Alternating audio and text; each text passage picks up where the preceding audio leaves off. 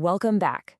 Today, we are diving straight into the fascinating, invisible architecture behind how we manage our private lives and our secrets.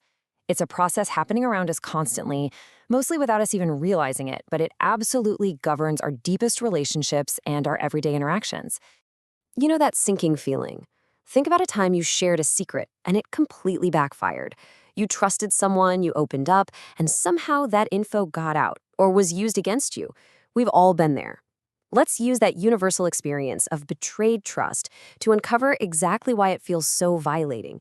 Because it's not just about hurt feelings, right? It's about a fundamental breach of an invisible contract. So here is our game plan for today.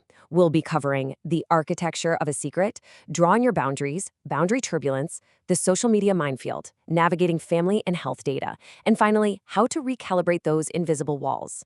Let's get right into it. Starting with part 1, the architecture of a secret. This is basically the blueprint of how we share.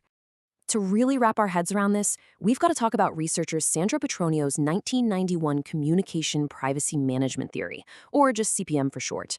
It's literally the blueprint for how our private info flows, and it boils down to 5 core principles. 1.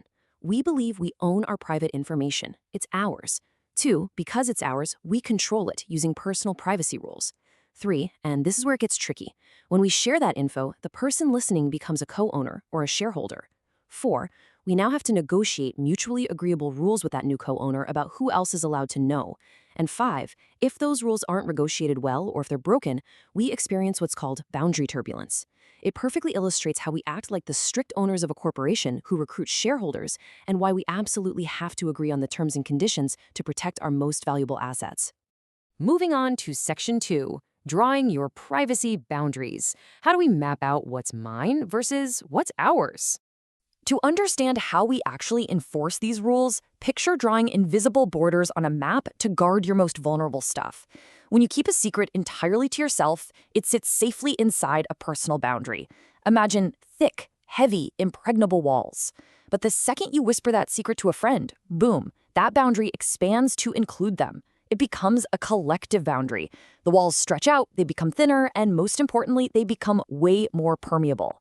Every single time you share, you are inherently cranking up the risk that your information is going to leak through those thinner walls into the public sphere. But how on earth do we decide who actually gets past the gate? We certainly don't build these rules at random. We actually use 5 specific criteria to calculate exactly who gets access to our inner world. First, cultural norms. For instance, research shows the US generally favors more relational openness compared to Japan. Then, gender socialization, where historically speaking, American women have been socialized to disclose more than men. Then we have catalyst criteria, like context. Imagine surviving an earthquake together. That rapidly forces new rules of intimacy. We use motivation, like sharing a secret just because someone else shared one with you first. And finally, the ultimate calculation, the risk-benefit ratio. We're constantly doing this invisible math in our heads, asking, is the emotional relief of sharing this secret worth the risk of it getting out? Which brings us to Section 3, welcome to boundary turbulence. This is what happens when all those carefully laid rules just break down. Because let's be real, no matter how perfectly you calculate those rules, eventually something is gonna go wrong. And this is the climax of the theory. Boundary turbulence is the fancy academic term for that absolute gut punch you feel when someone gossips about you or completely oversteps their bounds. It's the messy, stressful reality of what happens when our coordinated boundaries just totally fail. So what actually causes this turbulence? Well, sometimes it's literally just a mistake, an accidental drunken slip of the tongue at a party, or an uninvited eavesdropper overhearing a private chat. But other times, it's an intentional breach. Imagine a daughter whose dad just had heart surgery. The dad tells the doctor he quit smoking, but the daughter knows for a fact he hasn't. She has to intentionally break the family privacy boundary and betray her dad's secret to the doctor, because the benefit of saving his life totally outweighs the risk of him getting angry. And finally, turbulence happens through fuzzy boundaries, which is what happens when we just don't have any pre-existing rules for a brand new situation. And speaking of new situations, let's look at Section 4, the social media minefield. This is all about digital boundaries and incredibly blurred lines.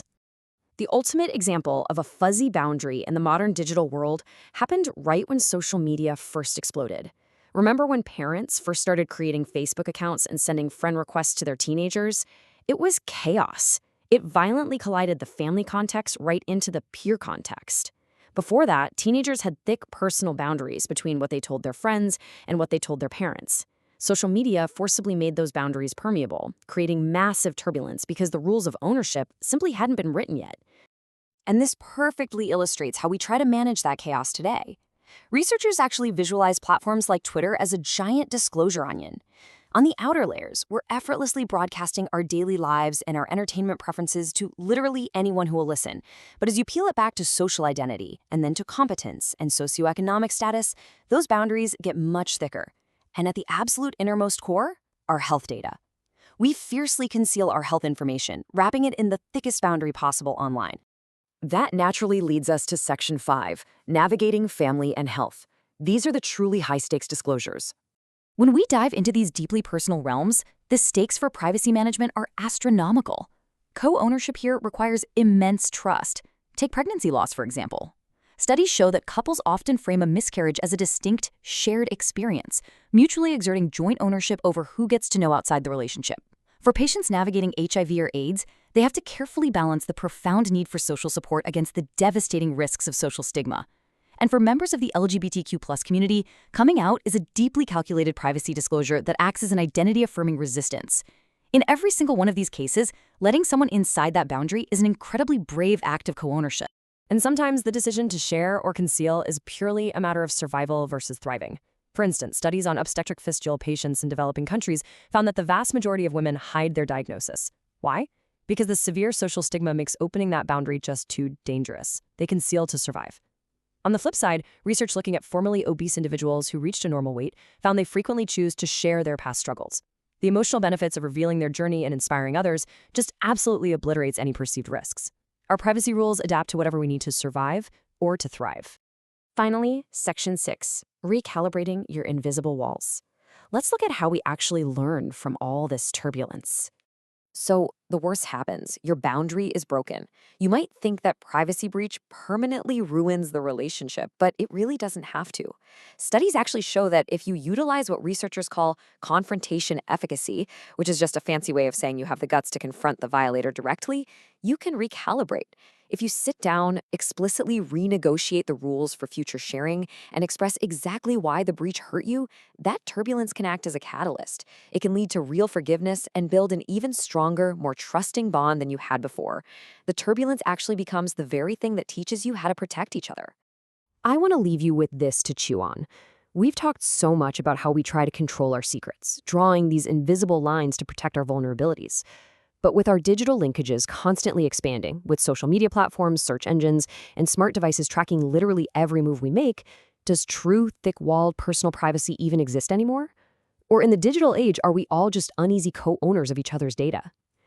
Take a look at your own digital footprint today and ask yourself, who really holds the keys to your invisible architecture?